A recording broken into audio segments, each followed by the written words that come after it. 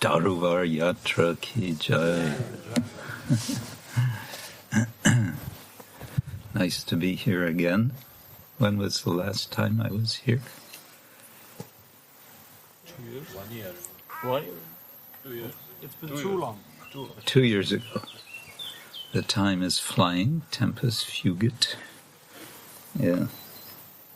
This is so far away from Sri Mayapur and Sri Vrindavan, and still, even here, we are chanting Hare Krishna. Isn't this wonderful? And why is it happening? Only because Srila Prabhupada had the completely wild idea to go to the West.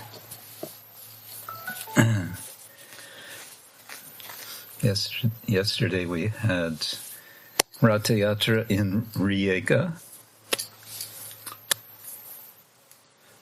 It was nice, as it's been for the last 23 years. Little less people, devotees this time. I don't know where everyone went or where they were. But They don't come. you all didn't come. That's the problem. Yeah. Yeah. So I thought, at least to begin, we could read something from Chaitanya Charitamrita.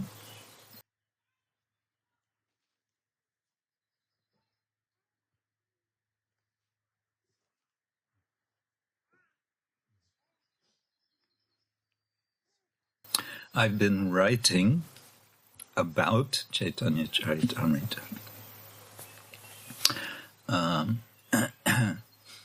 in a academic mode.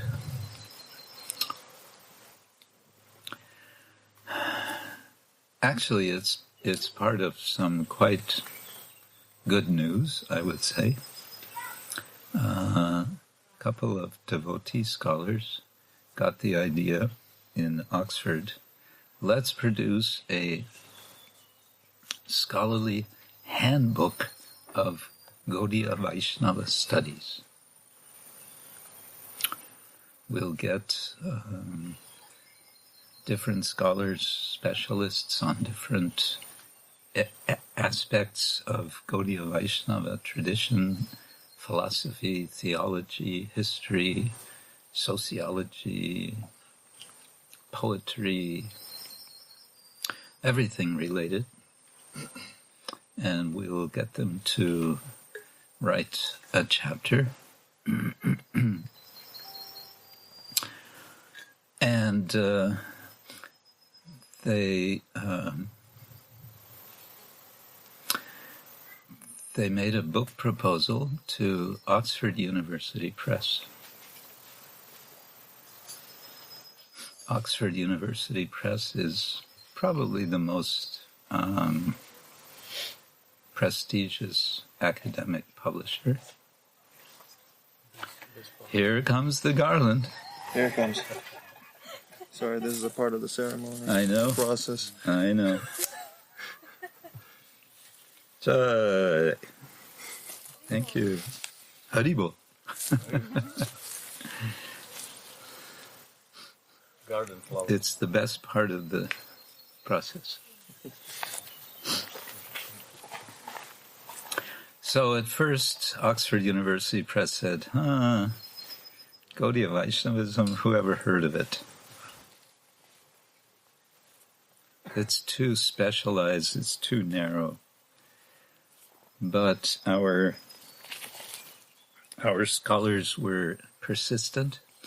They said, no, you don't understand. Gaudiya Vaishnavism is spreading like wildfire all over the world. I don't know if they said that. I don't know what arguments they made, but they made enough arguments so that Oxford University Press was impressed and convinced. And so now there's going to be this book.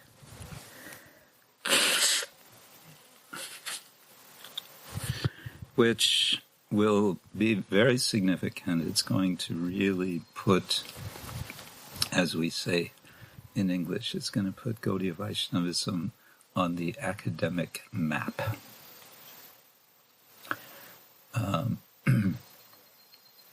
So it'll be good. And they asked me to write the chapter on, on the Chaitanya Charitamrita. So that's what I've been gradually working on. I'm dividing the chapter into two parts. The first part is called The World of the Chaitanya Charitamrita. And the second part is called The Chaitanya Charitamrita in the World. So there's two aspects to the book. There's the content of the book and the world, the universe. I explain it's actually not just a world, it's a universe.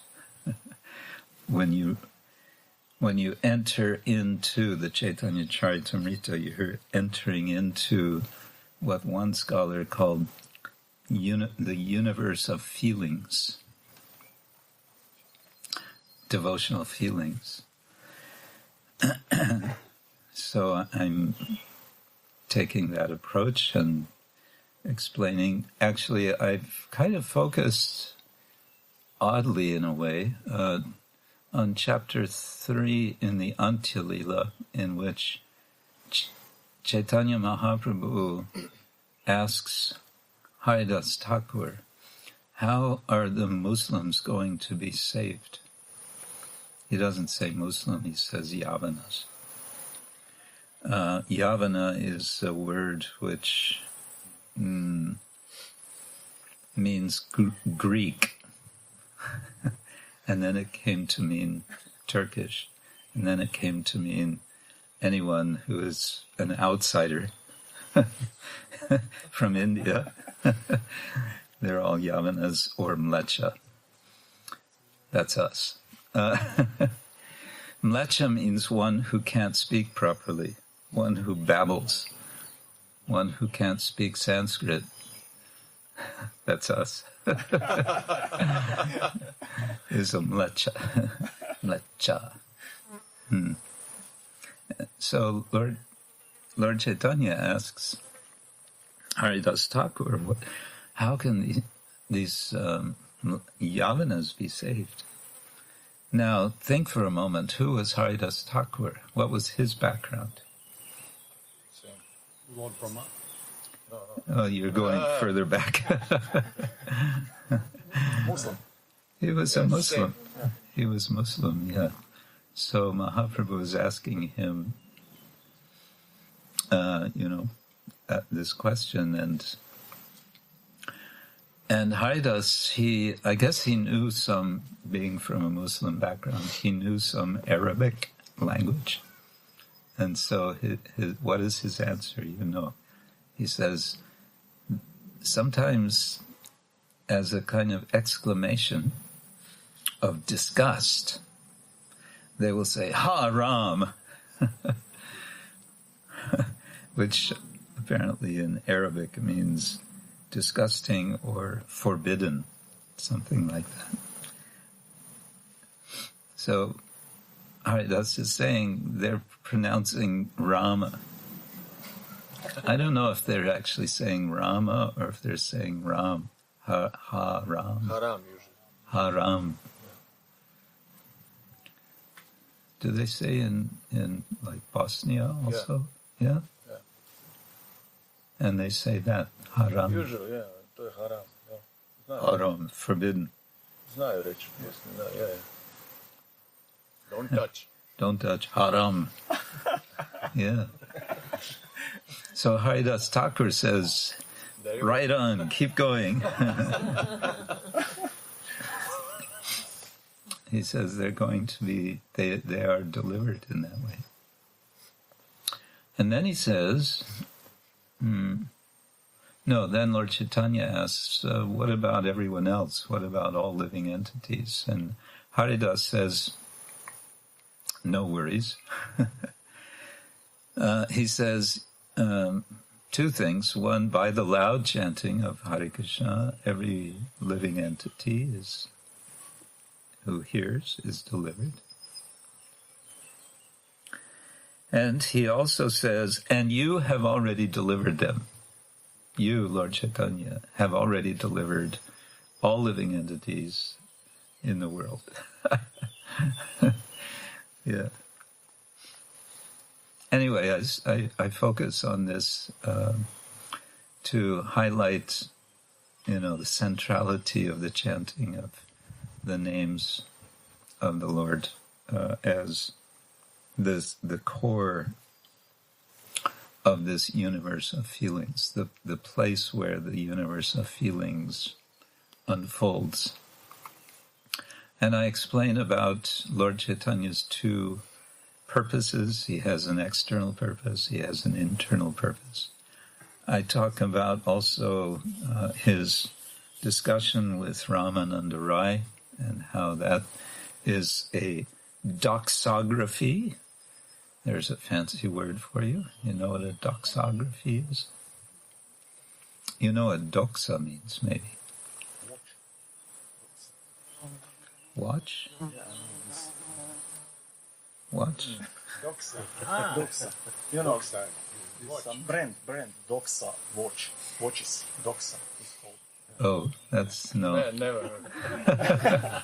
Well, I know it's not, but I know this word, I just mentioned it. Okay. We'll give you 2 points. Yeah. Minus or... No, we'll give you 2 plus points. No, doxa means doctrine. Doctrine. Doctrine? What is short for... No, it's Greek. Greek for doctrine. Oh. D-O-X. Doxa. And a doxography is what is graphy? Graphy means a picture, or it can mean a map. So it's a map of doctrines. And so what you get in chapter 8 of Madhya Lila, in the Ramananda Samvada, the conversation Lord Chaitanya has with him, you get this doxography of bhakti. It starts in a very general way, and in an external way. Mahaprabhu keeps saying, Eho Bahya. That's external. That's okay, but no, first he says that's external, and then after some time he says, yeah, that's okay, but keep going. So he's giving a doxography. And where is he going with that doxography? He's going to the highest exalted levels of pure devotion of Srimati Radharani. And then what happens in the end of that story? Lord Chaitanya reveals himself to be Radha and Krishna, the combined. So it's a very dramatic. Anyway, so I tell about this to get the idea, what is this universe of feelings, which is the Chaitanya Charitamrita. Now I'm working on the hard part, which is the Chaitanya Charitamrita in the world. It's okay. Malati Mala, let them use the bathroom. It's okay. Yeah. You didn't advertise. You didn't advertise. It's no problem. So, the Chaitanya Charitamrita in the world.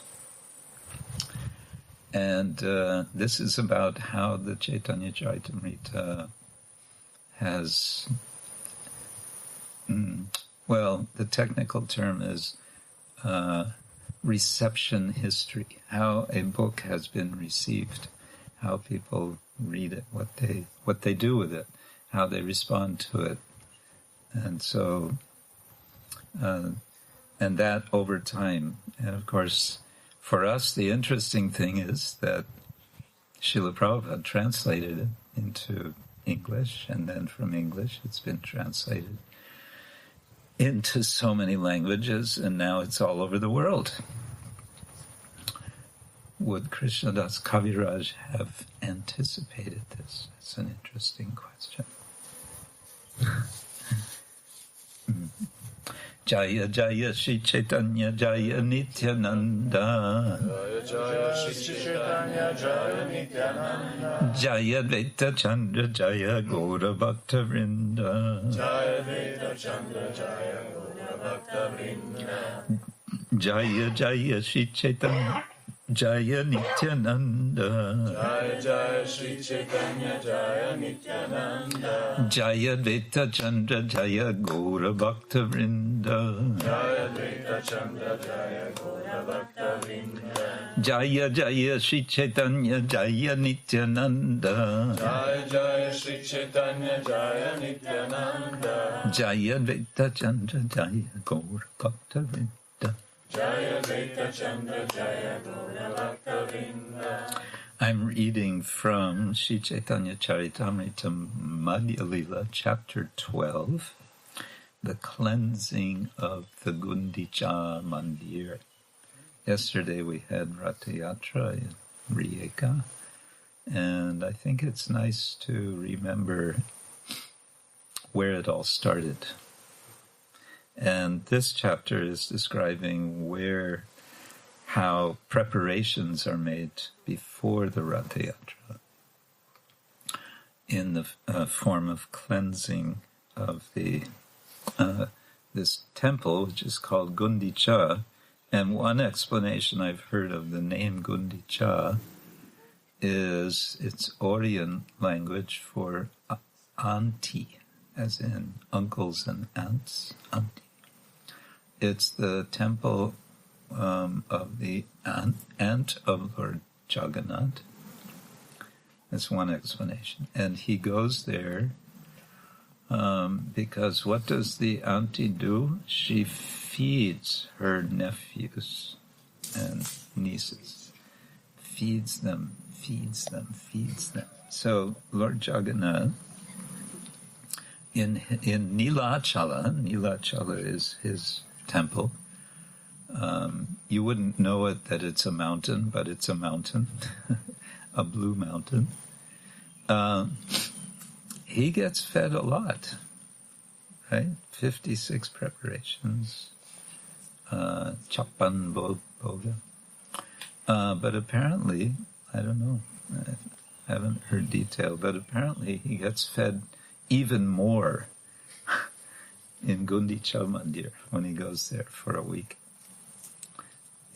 But of course, Lakshmi gets upset because he's going away for a party and he's leaving her behind, and then she comes after him after some days, and there's some serious exchanges between her priests and Lord Jagannath's priests. Anyway. But here we are at Gundicha Mandir, and one reason that I'm interested in this pastime also is because I'm interested in the notion of spiritual leadership.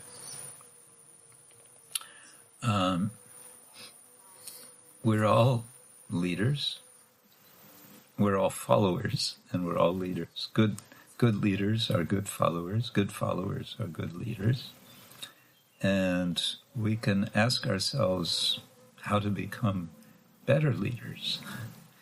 And there's a book that tells us how to be better leaders. It's called Bhagavad Gita.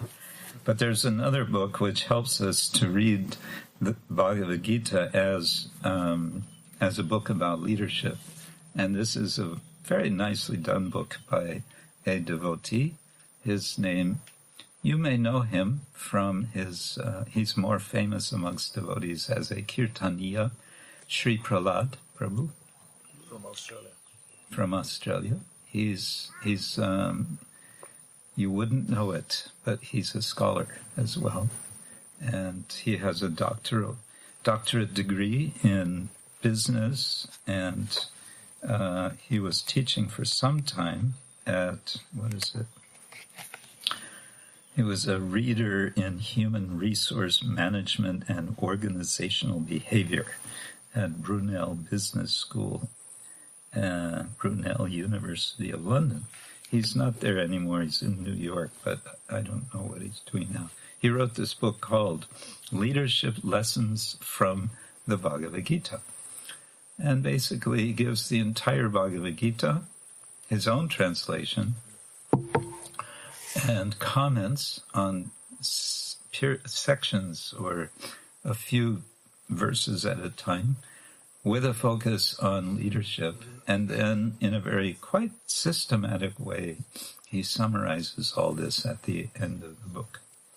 So that's something that interests me. Okay, and leadership is something that is illustrated in this pastime of Gundicha by Sri Chaitanya Mahaprabhu. Most especially, we can say, by his example. He's leading by example, but he does more than that. We won't read the whole section, it's rather long, but we can at least get started. Starting from verse 79. Do you want to hear this? Yes. No? Yes. Okay. Arodine prabhate layani jagan Shri haste shobar ange lepila chandan. The next day, early in the morning, the Lord took his personal associates with him and with his own hand smeared sandalwood pulp on their bodies. Now imagine having Chaitanya Mahaprabhu smearing sandalwood pulp on you personally. That would be quite cool in more ways than one. Shri haste dilo shobare ekka ekka marjani shabagona laya prabhulo cholila aponi. He then gave each devotee a broom. What's broom in Hrivatsky? Metla. With his own hand, and taking all of them personally with him, the Lord went to Gundicha. Gundicha mandire gela korite marjan pratame marjani laya korila shodan. In this way, the Lord and his associates went to cleanse the Gundicha mandir. At first, they cleansed the temple with the brooms. So now we're going to get a quite detailed description of a temple cleaning program. Vitara mandire upar shakala majila singhasana majipuna sthapana korila. The Lord cleansed everything inside the temple very nicely, including the ceiling. Some devotees don't know that when you clean a room, you start at the top. Typically, they start at the bottom, and then they stop after cleaning the floor. They stop. They don't notice there's dust on all surfaces. The Lord cleansed everything inside the temple very nicely, including the ceiling. He then took up the sitting place, the singhasana, cleansed it, and again put it in its original place. Chottavara mandir koila marjana shodhan pache taiche shodila Shri Jagamohan. Thus the Lord and his companions cleansed and swept all the temple's buildings, big and small, and finally cleansed the area between the temple and the kirtan hall. Now, this is something which sort of architectural detail in India. They'll speak of the actual structure in which the deity is situated as the temple. Here he uses the word mandira. And then in front of the temple, what we usually call the temple room is here called the Jagamohan. Who's been in Vrindavan and who has been in the Radharaman temple? So you go in and the deity is kind of, depending which time of year you go. If it's the summertime, it'll be brought out on this platform. That platform, rather high platform, it's like up to here, they call that the Jagamohan. And I don't know what they call what we would call the temple. Sometimes Kirtan Mandap, the area where Kirtan would be done. Incidentally, in the Radharaman temple, I've seen a photograph of the temple from further back to see the Jagamohan and the deity in the back. The photo was made in 1916, black and white photo. And you can see there are steps going up on either side of the Jagamohan. So it used to be that anyone could go up on that platform to get close to the deity. When did they remove those steps? I don't know, but I'm guessing that it happened when the law was made that temples have to be open to anyone. Before the 1930s, and then Gandhi made some campaign and they started opening temples for lower caste. So it seems that temple, they said, oh, lower castes are coming in. Okay, but they're not going to come up here. And so now it's only the priests who will go up on the Jagamohan, male priests. So anyway, here it says, he cleansed the temple and the Jagamohan. Charidike shatta bhakta samarjani kare apani shodhen prabhu shikana shobare. Indeed, hundreds of devotees were engaged in cleansing all around the temple. And Sri Chaitanya Mahaprabhu was personally carrying out the operation just to instruct others. So this is part of the point about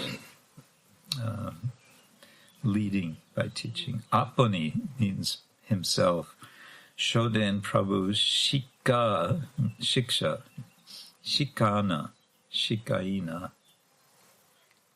Shobare. So for the purpose of teaching, Shikano. Premolasa Shoden Loyen Krishnanam Bhaktagana Krishna Kohe Kore Nichakam. Sri Chaitanya Mahaprabhu washed and cleansed the temple in great jubilation, Premolasa, chanting the holy name of Lord Krishna all the time. Similarly, all the devotees were also chanting and at the same time performing their respective duties. And it'll be explained later that I don't think they made it an official rule, but it just worked. It just happened that when a devotee wanted to communicate anything to another devotee, like, give me that broom, or take this pot of water, whatever it was they would communicate only with the names. Krishna, Krishna, Krishna, Krishna, Hare, Hare. This was their language. Language consisted apparently of 3 words.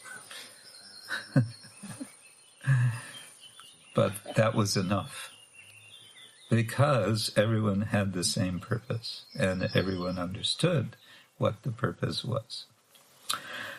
Dhuli dushar tanu dekite shobana kahan kahan ashujale kore samarjan. Okay, now it gets some intense feeling. The entire beautiful body of the Lord was covered with dust and dirt. And remember, the body of Chaitanya Mahaprabhu was quite tall. We don't know exactly how tall, but I read in one scholarly work who did a bit of research, and there are estimates that he could have been 6 feet 8 inches tall. I don't know what that would be in meters. 6 feet 8 inches. Some yes. A little over. Surya, you can. A little more than 2 meters. Yeah. Somewhere between 2 meters and 5, 2 meters 7, something like that. 2 meters 7 centimeters.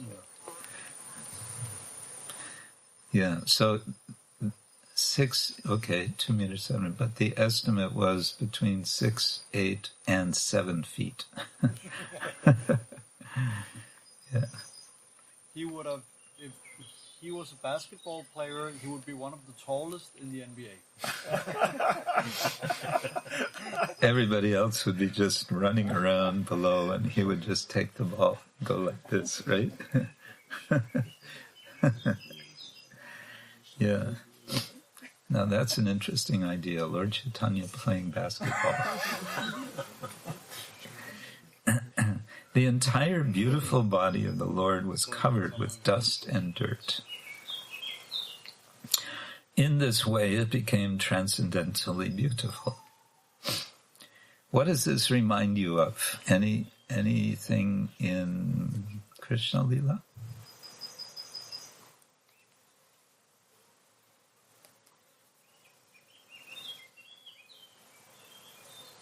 Don't everyone speak at once. Can you say it again? I was busy thinking about Chaitanya Mahaprabhu Playing basketball. So, Krishnadas describes the entire beautiful body of the Lord was covered with dust and dirt. In this way, it became transcendentally beautiful. So, what about in Krishna Lila? Krishna, he was covered with powder.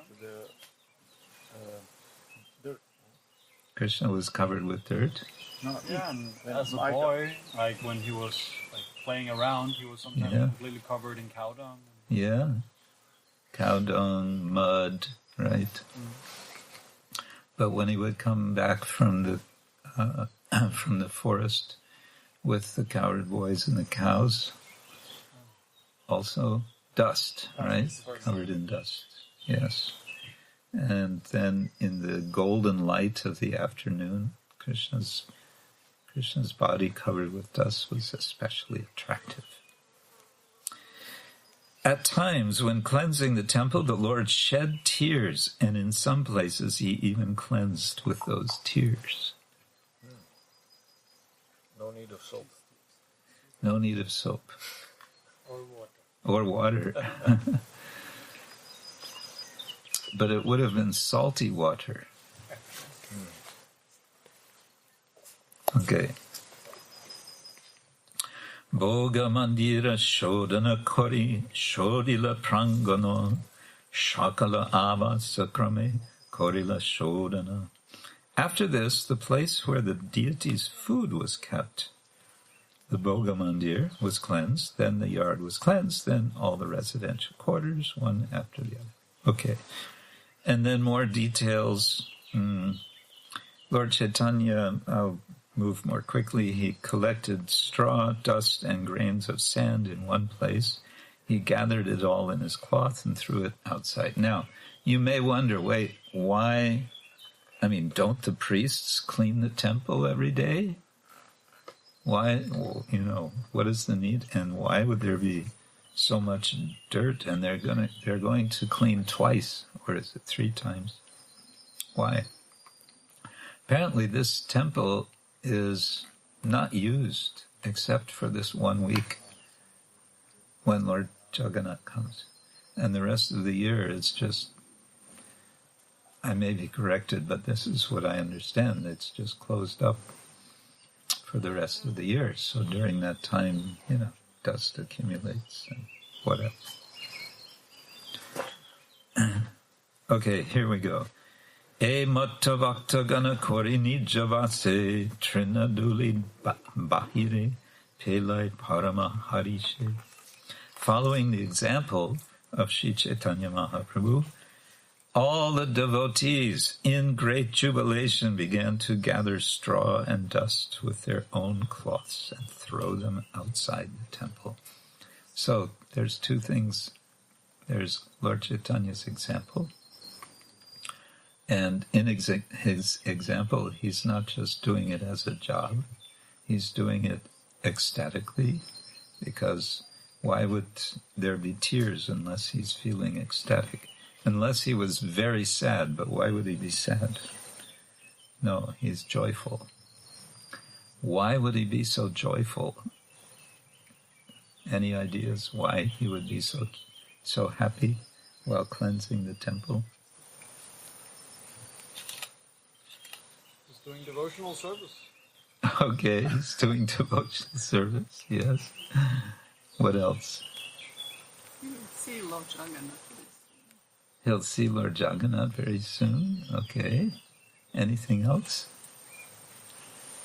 For the devotees, they clean the heart, but this is not for... It's not a problem for Lord Chaitanya, is it? So, what's going on here?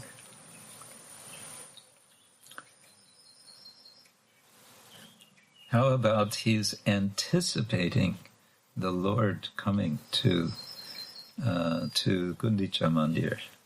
He's doing devotional service, yes, and he's picturing Lord Chaitanya coming to Gundicha Mandir, and he's feeling himself being Lord Jagannath's servant. And in that ecstasy, he is shedding tears.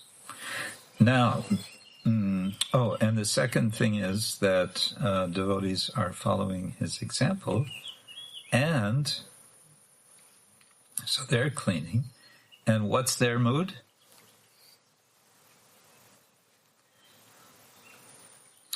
Trinaduli bahire pelai parama harishe. Parama harishe means with greatest jubilation. Imagine you are with Lord Chaitanya, and Lord Chaitanya is showing the way to clean. That could be very ecstatic, isn't it? So Krishnadas Kaviraj, in effect, in describing this, Krishnadas Kaviraj was not present. He didn't witness this. He would have heard about it, possibly from Raghunathas Goswami. But he is, by describing this, inviting us to join Lord Chaitanya and his devotees. He's inviting us into that scene so we can imagine ourselves there. Okay, now Prabhu kahe ke koto koriacha samarjan trinaduli dekile janiva parisham. The Lord then told the devotees, I can tell how much you have labored and how well you have cleansed the temple simply by seeing all the straw and dust you have collected outside. So now he's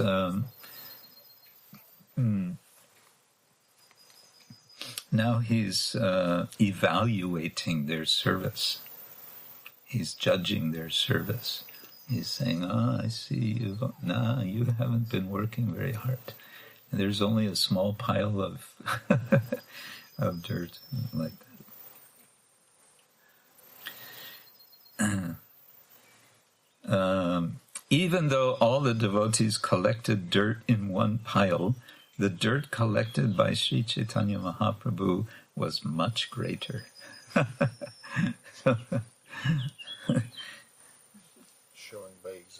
Showing by example. Yeah. You might say, well, of course he can collect more because he is so tall. That means his arms are very long. That means he can reach more area more quickly. Right?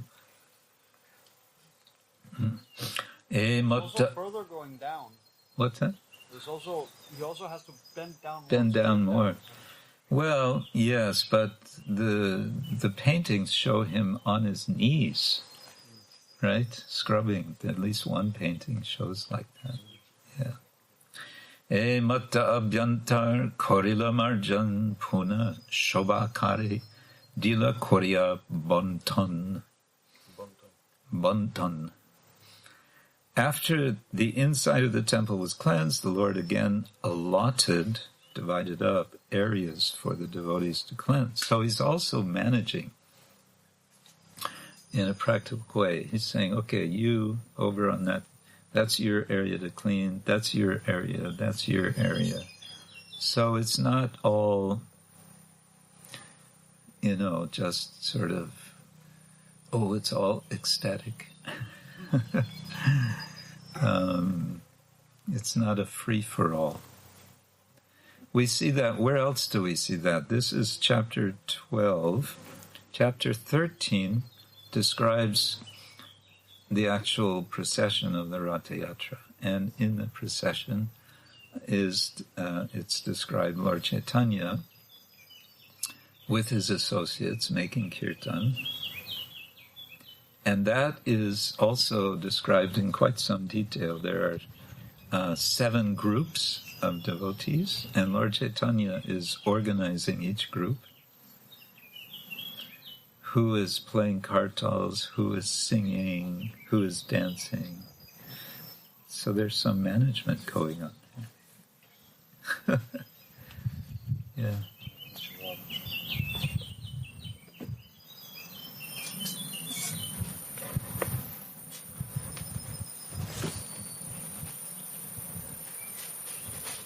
Stay there. It's better. Out of the sun. And moist from the. From the ground comes out. Yeah. Okay, so it goes on like this, and a little more. I find it interesting that Krishnadas tells so much detail about this. He could have said, then Lord Chaitanya and his associates went to the Gundicha Mandir and cleansed it. Period. He could have just stopped with that, but he doesn't. He gives us so much detail. Okay, here. Ke halukaya koreshe jalapan ke homagi loy ke ho anye koredan. The water that fell from the lotus feet of Sri Chaitanya Mahaprabhu was drunk by someone who hid himself. Someone else begged for that water, and another person was giving that water in charity. So now it turns. Now the devotees want to worship Lord Chaitanya by taking the water that's fallen on his feet. Garadui pranalikai jala chadi dila she jale prangan shavabariya rahila. After the room was washed, the water was let out through an outlet, and it then flowed and filled the yard outside. The Lord, here we go. Picture this. The Lord mopped the rooms with his own clothes. To mop, what is to wipe with a cloth? What is that in Hrivatsky?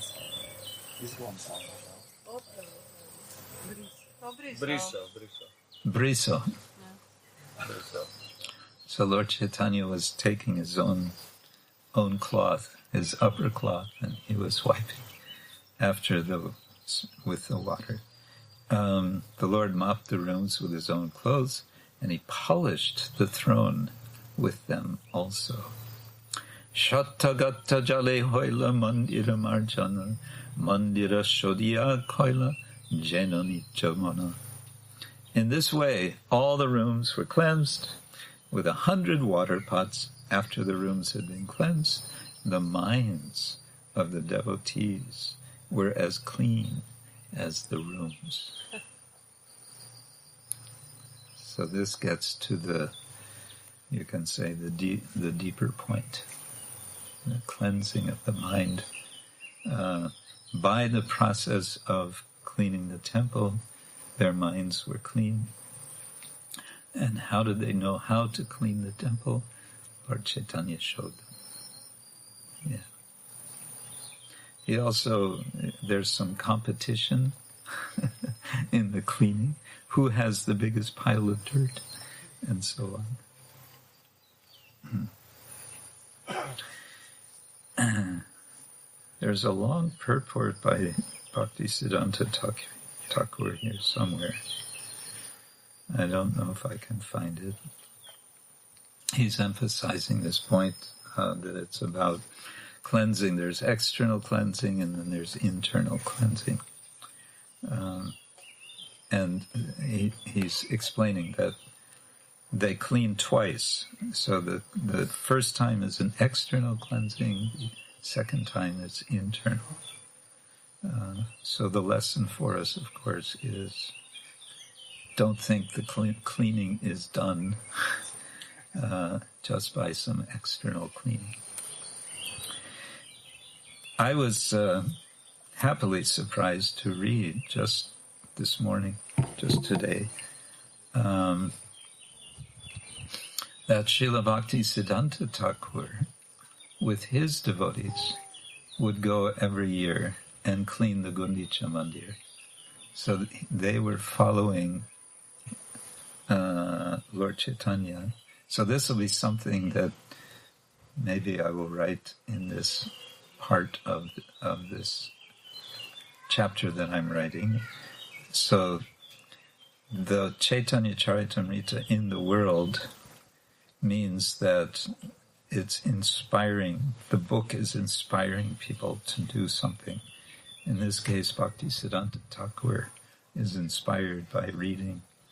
Let's do it ourselves. So that's very nice. Bhaktisiddhanta Thakur would do this. Yeah, so this is about leadership of Lord Chaitanya. And I'll just briefly share with you how Sri Prahlad has organized this. He says he made a chart, or several charts, to analyze how leadership is elaborated in the Bhagavad Gita. And he has this in sort of 4 main categories.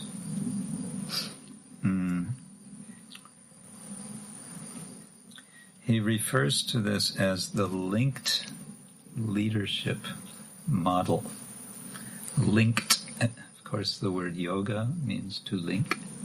So he's saying that the Bhagavad Gita is about linked leadership. How would you say in Hrivatsky, linked? Povezani. Povezano vodstvo. Povezano vodstvo. Vodstvo. Povezano vodstvo. Yeah. So this is what he's giving. So there's self-leadership.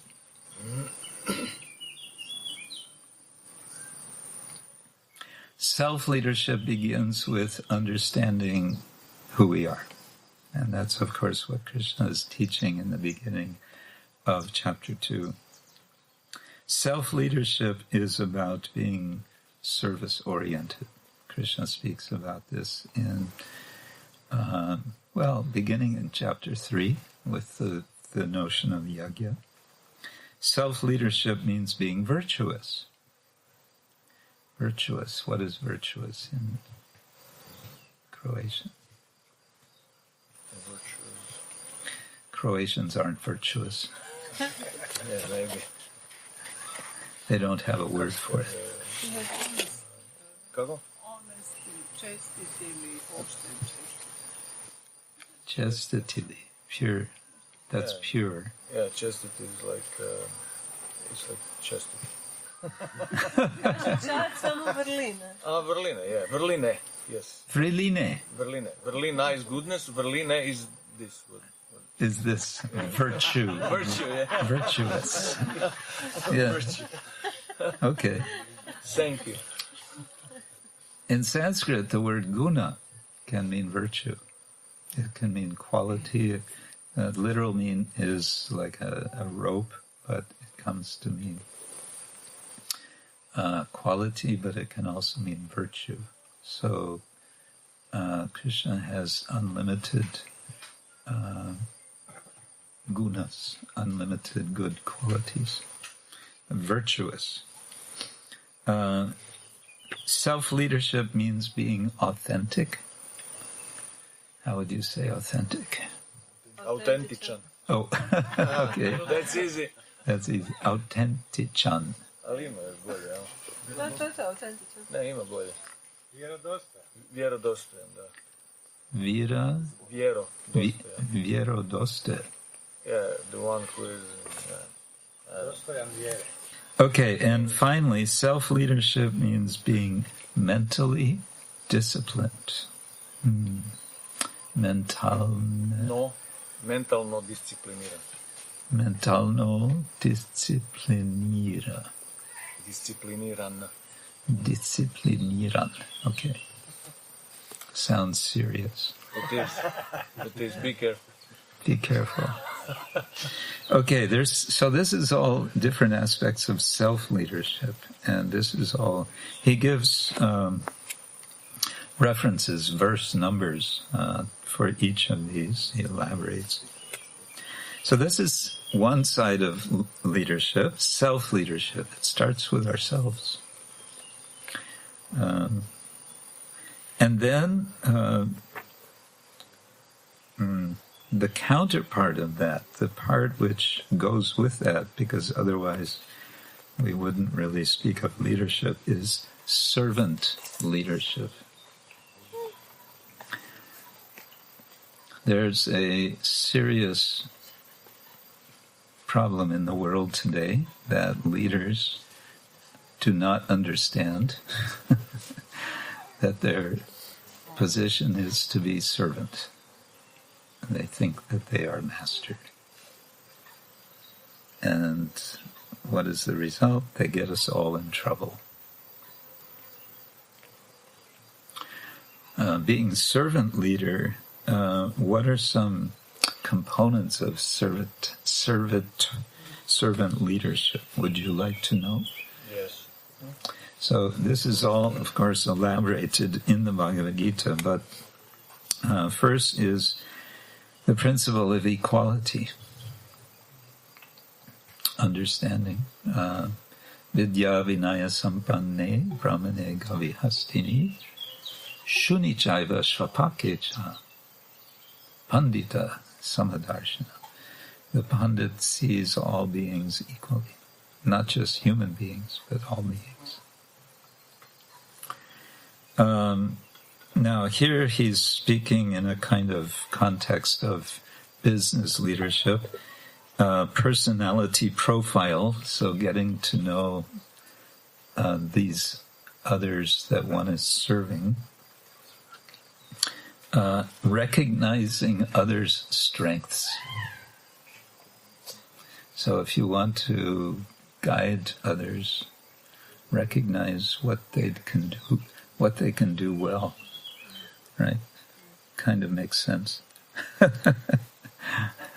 And encourage them to do what they can do well. And what they can't do well, don't insist on it, because you're just going to get frustrated. Unless they are eager to improve what they know themselves, they're not so good at. Then finally he mentions team composition. So leader is usually a leader of more than one other person. He's going back into his temple, into his shrine.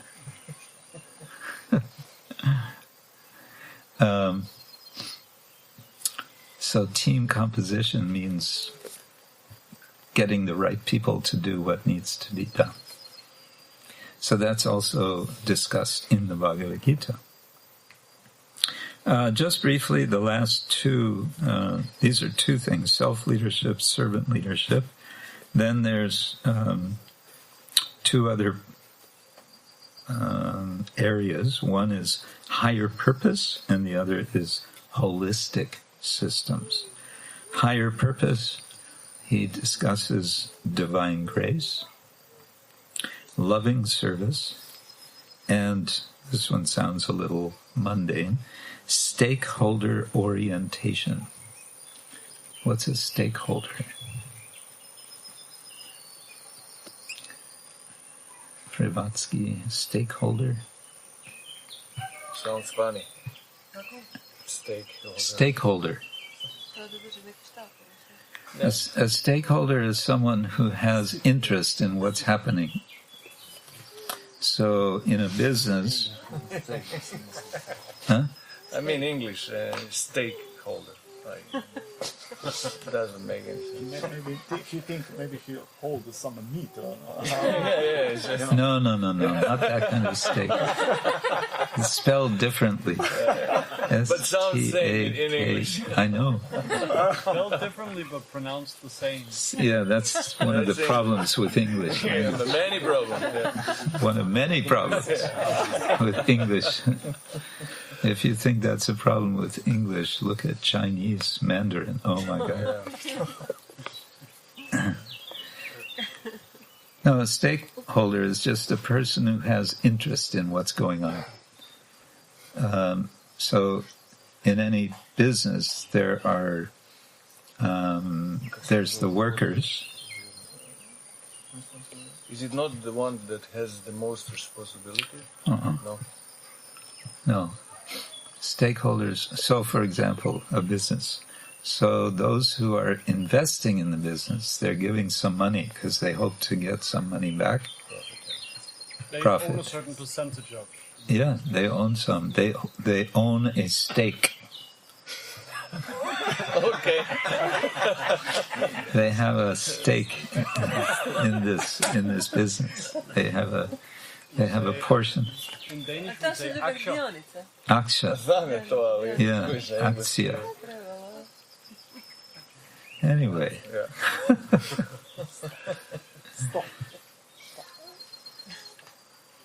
Yeah. So it's interesting that Sri Prahlad puts this right next to divine grace and loving service.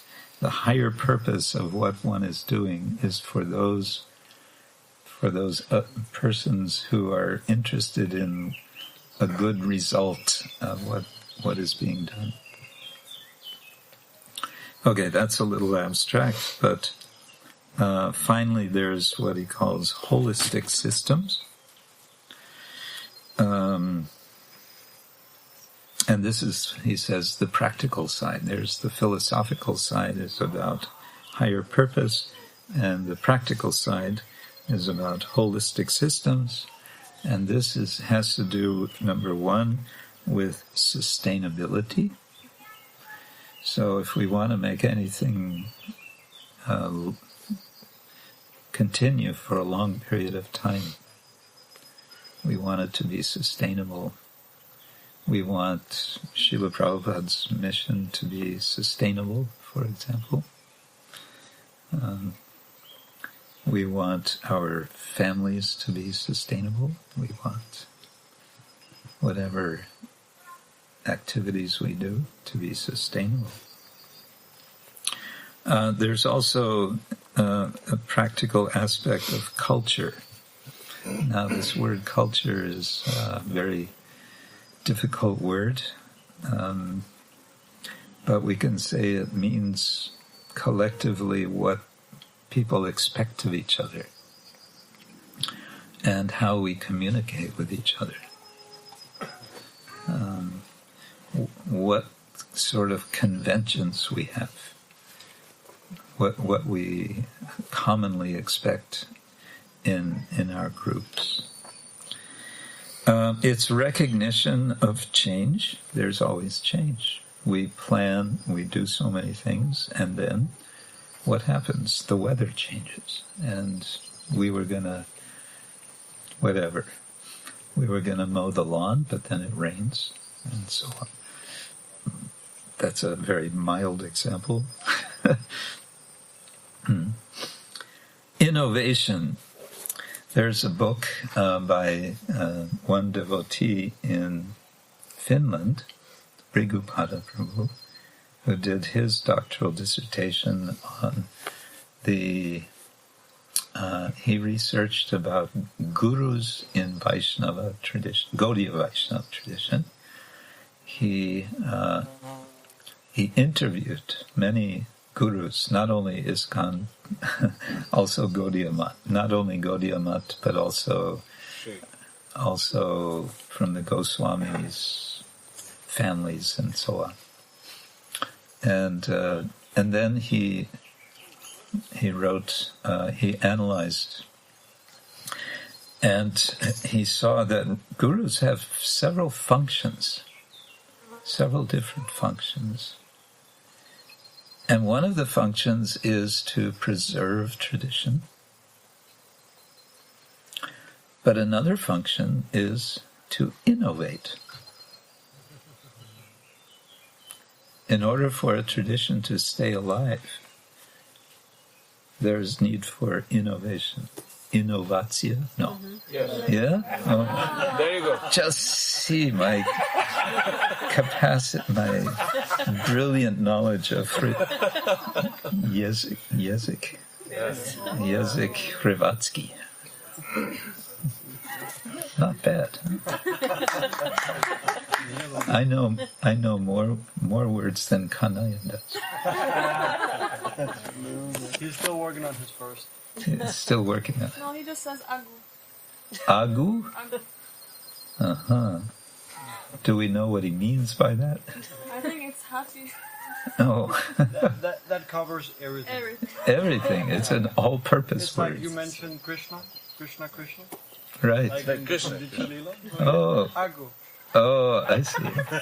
He's saying, I approve. Yeah. So yeah, one of the functions of the guru is to innovate. And we see how Srila Prabhupada innovated. Srila Bhakti Siddhanta Thakur innovated. Bhakti Vinod Thakur innovated. We can keep going back. Srila Rupa Goswami innovated. Whoops. That's not Agu.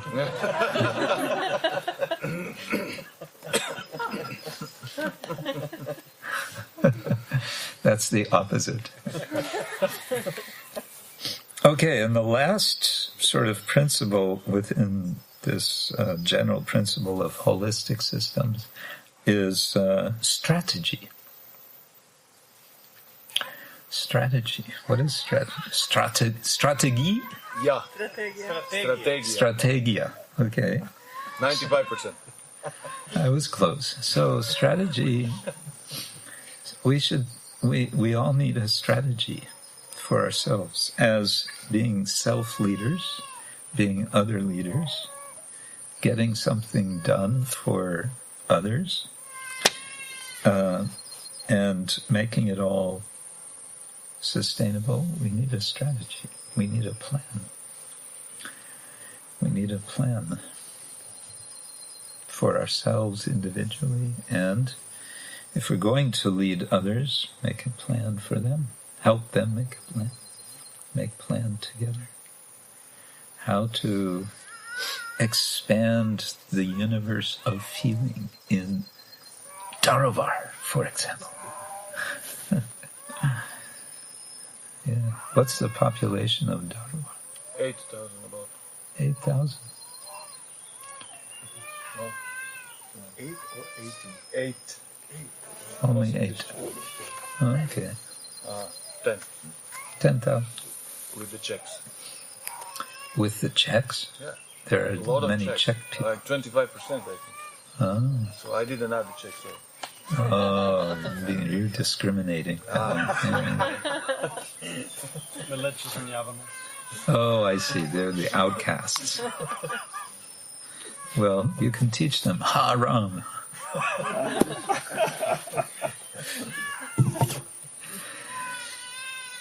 So, anyway, this is one way. There are many ways to read our Shastra with, sort of different lenses. So I'm reading Chaitanya Charitamrita now to write about it in terms of the world or the universe of the Chaitanya Charitamrita, and also the Chaitanya Charitamrita in the world. But also, we can read Bhagavad Gita to think about being some sort of leader. It's a kind of, it may be a radical idea, but it seems to me that one of the main functions of the guru is to have all of his students also become guru. I remember my godbrother Kripa Moy Prabhu would say he's many years he was leading congregational preaching in England, in the UK. Do you know Kripa Moy? Yes. Yeah, very nice devotee. He's the father of Yes. this lady. Jana. He was actually the priest when we took initiation. Acha. Yes. Yes. Malati. He was the Yeah, priest? he was the priest, yeah. Huh. Yeah. How In come I- Ostro, in Rijek, you know. Ah. 2003 or 2, something like Two maybe. What movie? I don't know. You know. I don't know for sure. I remember Radharaman was there. Radhika Raman was also there at your initiation. I remember because he helped reveal your name. Oh yes. Yeah. Yes. Anyway. He actually came to us and He wrote to on let the us paper. know what it means, you know. He gave you. Because his name especially we didn't get. Nobody got. Nobody got it. You know, Dvaraka Mataji, she came to me. Anyway, what is this name? What is I'm sorry, you know. Go to the boss. You know? Like, what? Hello, what is this name? What is this? Okay, now I lost the plot. What was I saying? Yeah. Yes, Kripa Moy. So he was giving a seminar on congregational preaching, and he said to the students, this was at Radhadesh Bhaktivedanta College, he said, each one of you should be taking care of 50 people. You should have a congregation of 50 people, each one of you. And then he said, why 50? You should have 100. And then maybe he said, why 100? 108. Anyway, everyone taking care of others. Whoops, he's not so happy now. Go help my daughter. I guess sometimes that happens. Does that mean he's very, very tired now? Usually he wants to sleep this time until all the way. So All the way. Maybe they should go. Oh, They also think Shyam is hungry. Shyam is hungry. Then he is oh, that's what unhappy happened. because there's no juice. Well, I'm totally okay with stopping talking now so we can have Ekadashi feast. But I just wanted to call attention to these thoughts about leadership. We don't usually think of ourselves in that way, isn't it?